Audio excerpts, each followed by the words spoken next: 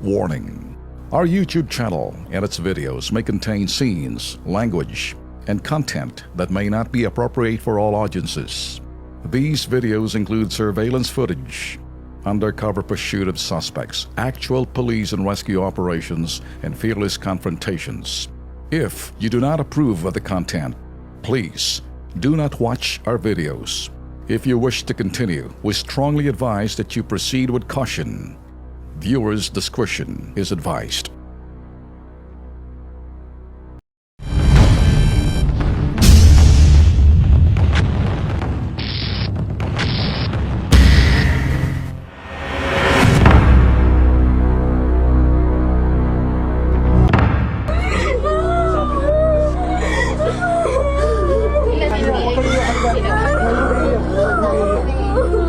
Halika na, halika na. Huwag ka Mas mapapansin kayo sa labi. mapapansin kayo. Ang mga surveillance video footages na ito ay kuha ng bitag. Mga minor de edad na kababaihan 15 hanggang 17 anyos mula sa probinsya ng Visayas. Mga biktima ng human trafficking sa pilitan ng ginawang mga prostitute.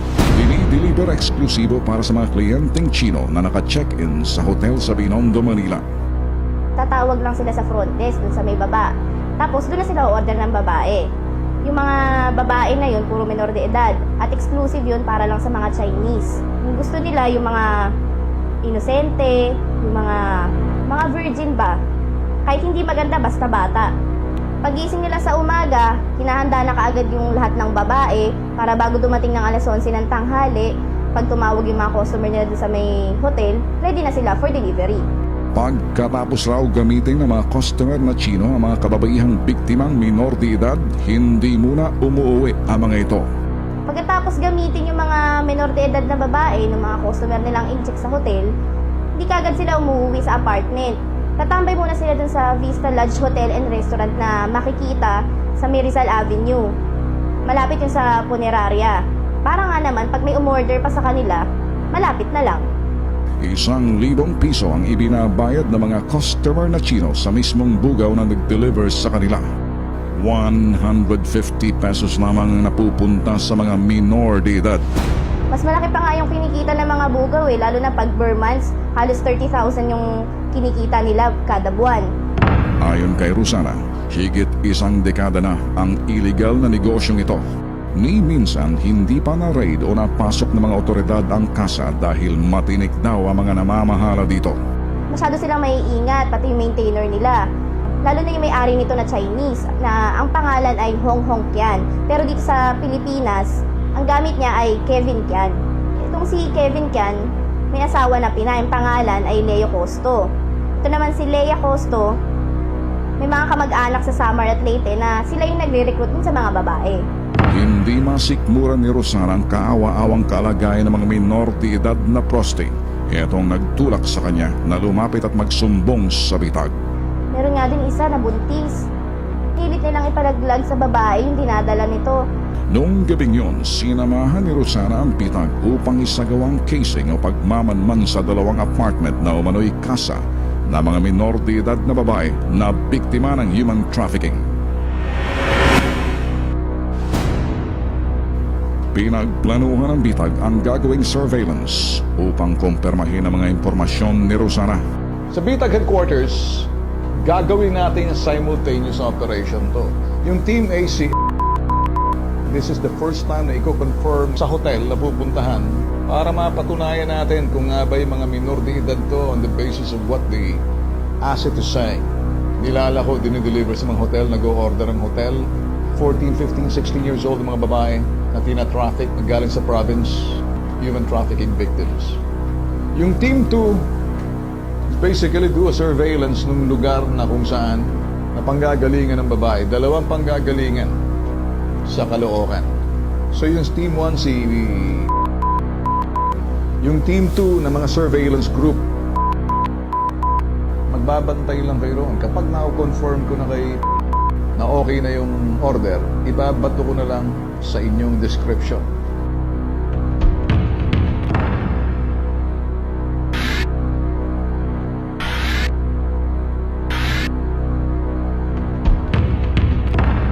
Sabay-sabay na pumwesto ang tatlong grupo ng bitag sa kanilang kinaroroonan. Ito yung pang manmana ng kilos galaw ng mga nagbabantay o maintainer ng human trafficking den.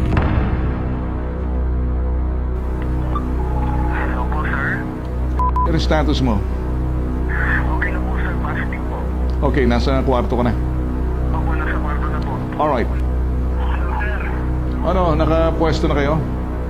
nakapwesto na kami. Hello pa? Ano, anong status ninyo, position na, Team 3? Ano po kami? Standby na po. So, tanaw niyo ng bahay? Apo.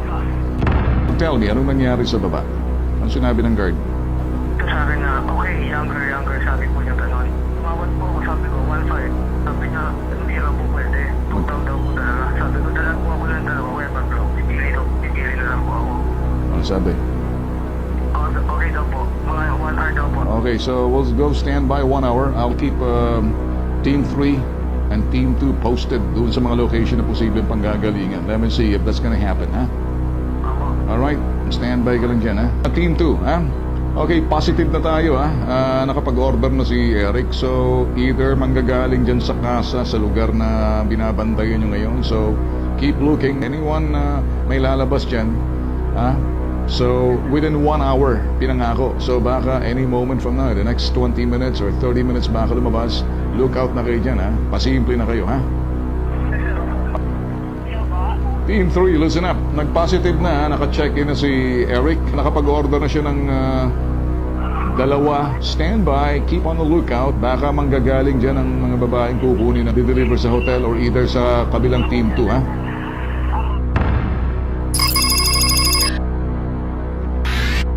Isang oras matapos umorder ng minor de edad na babae ang dalawa naming undercover. Hello, anong status? Lumakay po ng tricycle yung dalawang babae, kasama po isang lalaki. Okay. Dalawang babae, mga ilan taon sa palagay ninyo description ng babae? Ano sir, 17 years old po. Okay. Ineskorta ng isang lalaki. Opo, naka-red po yung lalaki. Naka-red yung lalaki, naka-blue yung babae, t-shirt. Naka-blue po po. Yung isa po naka-itim. Tansya mo, mga 16 to 17 years old. Ganun po. Okay, you got it. Tingnan natin kung yung darating. Kaya matagal po ko siya kasi may dalawang pumasok. Kulay blue po. At saka, Yung isa po parang dark blue din sir. Tapos yung isa light. ang t-shirt daw kulay blue at kulay itim. Yung lalaki, nakapula sa counter. Opo, naka-sombrero sir. Alright, you got it. Okay, tingnan muna natin at aakit na yan mamaya. Nasa counter po sila ngayon. Nasa counter sila ngayon. Opo. Okay. Nasa baba na, ha? Kulay blue yung t-shirt ng babae at saka kulay itim daw ata. Tapos yung lalaki ko kapula. Whatever it is, wag lang magduda para may repeat ulit tayo. Alright.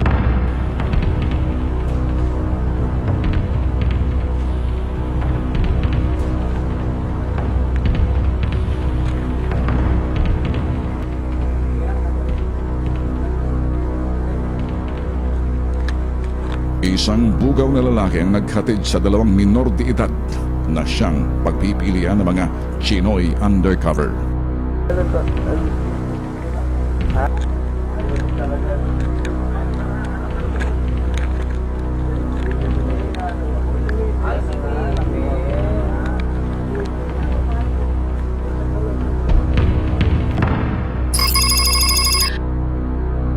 Makailang beses pang nagsagawa ng surveillance ang bitag matapos ang naunang transaksyon. Isa ang naging resulta. Positibo ang mga impormasyon ni Rosana. Lahat sila nagmula sa ikalawang apartment na may pulang gate. Dokumentado rin ang bitag kung gaano kapamilyar na ang mga security guard ng Binondo Suite Hotel sa mga minor de edad na inilalako sa kanilang hotel. Simula sa security guard ng Binondo Suite Hotel hanggang sa front desk nito, alam ang illegal na aktibidades.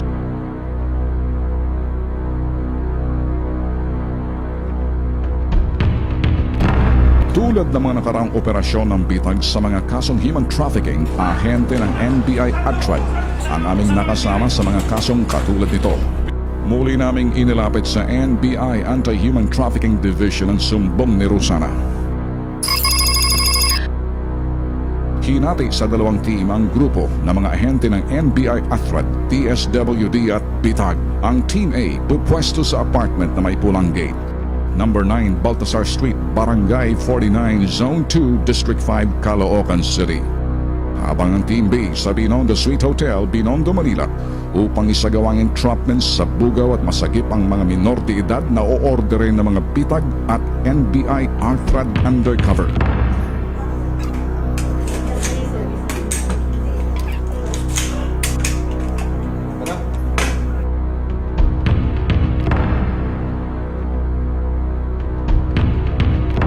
Naka-standby kami sa lugar kahabaan ng C3, which is just about 100 meters away doon sa pinagkukutaan ng mga victims. Sa kabilang kalye, may naka-standby na NBI van, 10 ahente roon. Kami naman dito, nakatenga. At may isang coaching nakaposition doon malapit sa red gate. Nakatingin din. And may undercover kami roon na titimbre sa amin kung may lalabas. Kasi in order tatlong babae, magkakamagkaroon kasamang bugaw pang-apat. Matapos pumwesto ang Team A at Team B ng NBI, DSWD at BITAG sa kanilang target site, nakapasok na rin ang BITAG undercover kasama ang dalawang ahente ng NBI na nagpanggap na mga Chinese. Makalipas ang isang oras, dumating na ang mga biktimang minor de edad na babaeng in-order ng BITAG undercover at mga ahente ng NBI kasama ang lalaking bugaw. Samantala sa target site ng Team A, ng mga oras na iyon, walang lumalabas na mga babae sa pulang gate na binabantayan ng BITAG at mga ahente ng NBI ATRAD. Hindi na pinatagal ng BITAG undercover at mga ahente ng NBI ATRAD ang transaksyon. Agad iniabot ang bayad sa bugaw na lalaki.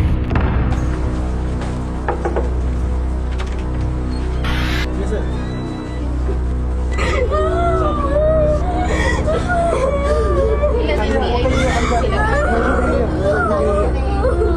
Halika na, halika na. Huwag ka matakot. Mas mapapansin kayo sa lobby. Mapapansin ka na. Nakakalat. Saan galing ka lugar? Saan mo ginawa itong mga babae?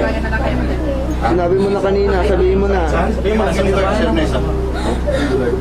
Nagkikita-kita lang po kami. Tanong ka mo sa Eh, tatawag lang sa cellphone ganito. Nagkikita lang kami. Yan, sa kanya naman talaga alam ang bahay nila eh. Binuto mo yun. Binuto mo. Pinsi. Kaya nga, naging kapatid lang. 16 years old.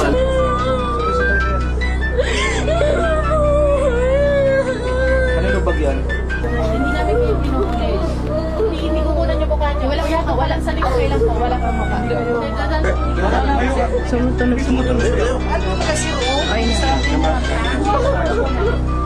Yan, dali na natin.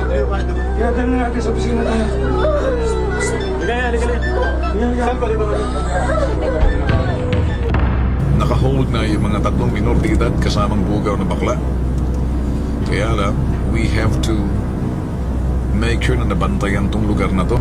Ang tabayanan lang natin kung anong sasabihin ng grupo ng NBI, whether to go and proceed na mabisita tong lugar na to. Para makita kasamang DSWD to check kung pwede sila i-rescue. Malaki ang kutob ng BITAG na itong mga nahuli ngayon. Yan ang galing dito sa bahay na to. Ito yung mga bagong dumating. Bagay na iayaw naming mangyari ay magkatimbrihan na itong lugar na to na kung saan pinagpuputaan ng mga minor de edad. So malaking panghinayang doon sa mga ginawang pagmamanman namin, surveillance. Dahil lamang doon sa parteng nasa labas na yung mga babae. Matagumpay ang entrapment sa bugaw at pag-rescue sa tatlong minor de edad sa Binondo Suite Hotel. Walang anumang aktibidades na nakita ang grupo ng NBI ATRAD at BITAG sa binabantayang pulang gate sa Caloocan. Isang oras ang nakalipas. Sa napagkasunduang staging area malapit sa lugar, nagpulong ang BITAG, NBI ATRAD at DSWD. Ito'y upang desisyonan na kung papasukin at isasagawang rescue operation sa mga minor de edad sa bahay na aming binabantayan. Boss, ano kaya kung kunin natin ang mga barangay to check on those kids, if they are indeed minors. Sa akin lang kasi. Yan, pwede yan magbarangay. Kasi sa barangay kung paanohin, Kasama yung DSWD with the kung information. pagbibigyan yan, pero ang in-operate natin, yung nakuha natin, yun ang ipapalo up natin. Sa tingin ko, priority. Yes, pero baka mamaya lumabas na to eh. Hindi, babantayan natin. Nag-alangan ng NBI AFRAD sa suhestyon ng bitag. Yeah, ba't hindi natin muna tawagan yung barangay? Barangay can... Pinapatawag ko sa iyo si Chief para kayo mag-usap. Kasi kung ito, madali lang pasugin yan. Pero wala tayong legal basis sa this moment. Yan ang tinuturo ng asset eh. Pero hindi galing dyan Hindi, yung sinasabing hindi galing dyan, basically yung mga nasa labas na yun eh. Kasi ito, mga babae nasa labas na eh. So, strategically, kung sino ang pinakamalapit, yun na lang ang pupunta magsa-service. So, yun din yung bakla na nanggaling dito. Sa labas na sila eh. It just happened to be na nasa labas na sila. So, para sa akin, yung pakla na nakuha na, yun ang nandun? yes. Makalipas ang ilang minuto, nakumbinse ang NBI AFRAD na pangunahan ng barangay at DSWD na silipin na at isagawang rescue operation sa mga minor de edad. Sinabi ni Hepe pare, with the help ng barangay and the DSWD, supporting lang kayo to not on the basis of checking kung yung mga minors are related sa loob ng bahay. Mapag-usapan ng barangay, pwede yan. Pagka nag-positive, through the help of the nandyan kami. Okay. Pwede. Pwede Kung yan. maano ang barangay. Pupwedehen natin puntahan para barangay.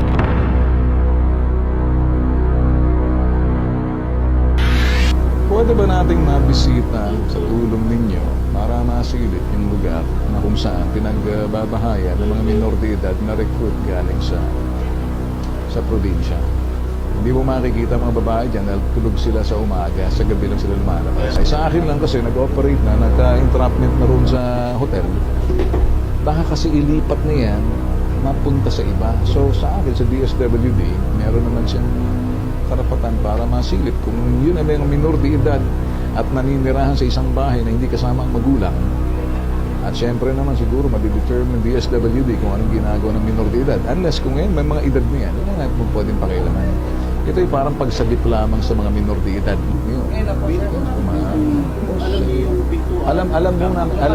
Alam ho namin. Kaya nga mo. Yun nga mo ang punta namin sa inyo, boss. Baka po. Ha? Thank you, boss. Ha? Thank you, boss. Namin alaman yun Ilawan mo pa rin kayo. Isang oras pa ang lumipas nang mapasok namin ang bahay. Tao po. May tao ba doon sa likod ng baka? Tao po.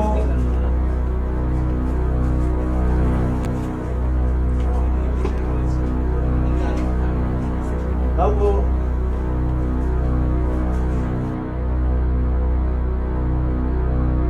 Ito yung kanilang grocery. Nakikita. Mga dilata.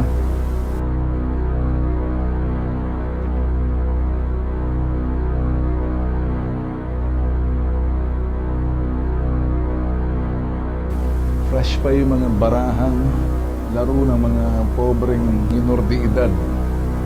Malamang nung nagkahulihan sa hotel sa Beyond the Suite, nagkaroon ng commotion para nung nasa hotel, yung mga gwardya, ganun din yung front desk na natimbrehan sila dahil doon kung minsan nag-order. Ito, puro mga ano.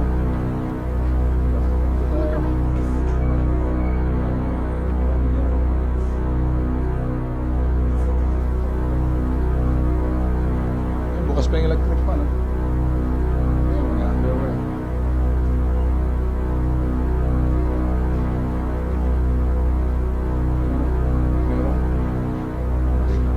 Ganito ang itsura ng pinagkukutaan nilang apartment. Sa apartment na to, base doon sa matusaman ng asset na mula pa sa Visayas, 17 yung mga babaeng nakatira dito, 2 lalaking alalay at isang cook. Sa kwarto na to makikita yung anino at bakas ng mga gamit na iniwan nagmamadali. Yung mga babaeng minor de edad na nilalako. ang nilalako sa mga hotel. Sa saluwal na to, nakikita kung gaano kabata yung mga nandito. Sa luwal ng nene na posibleng 14, 15. Wala na silang panahon para mag-impake. Pakas. So ganito ang nangyari.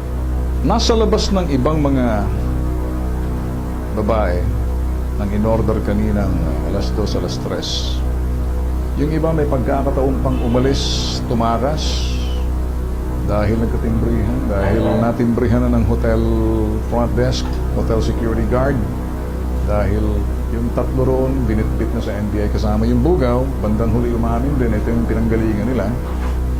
Kaya yung panahon na sayang, napatunayan din naman ng bitag na ito yung kanilang pinaglulungguan, positibo.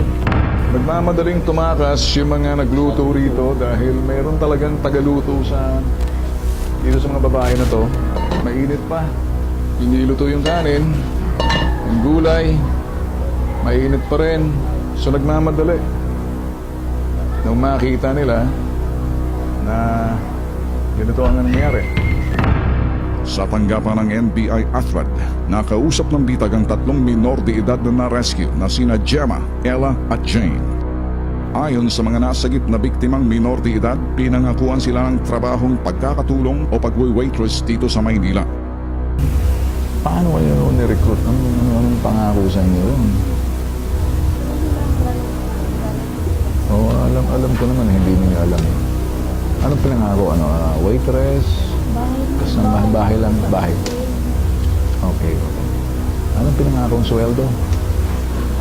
Magkano sweldo raw? 8,000?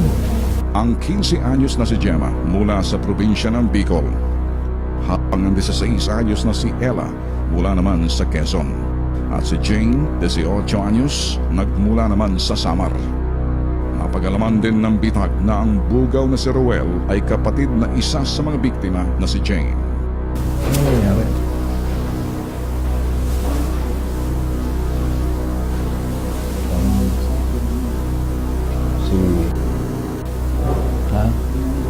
Bilang this week. Saan kayo galing?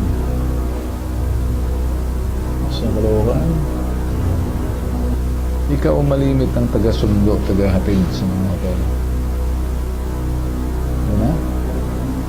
Ha? Parang ganon. Okay, sweet.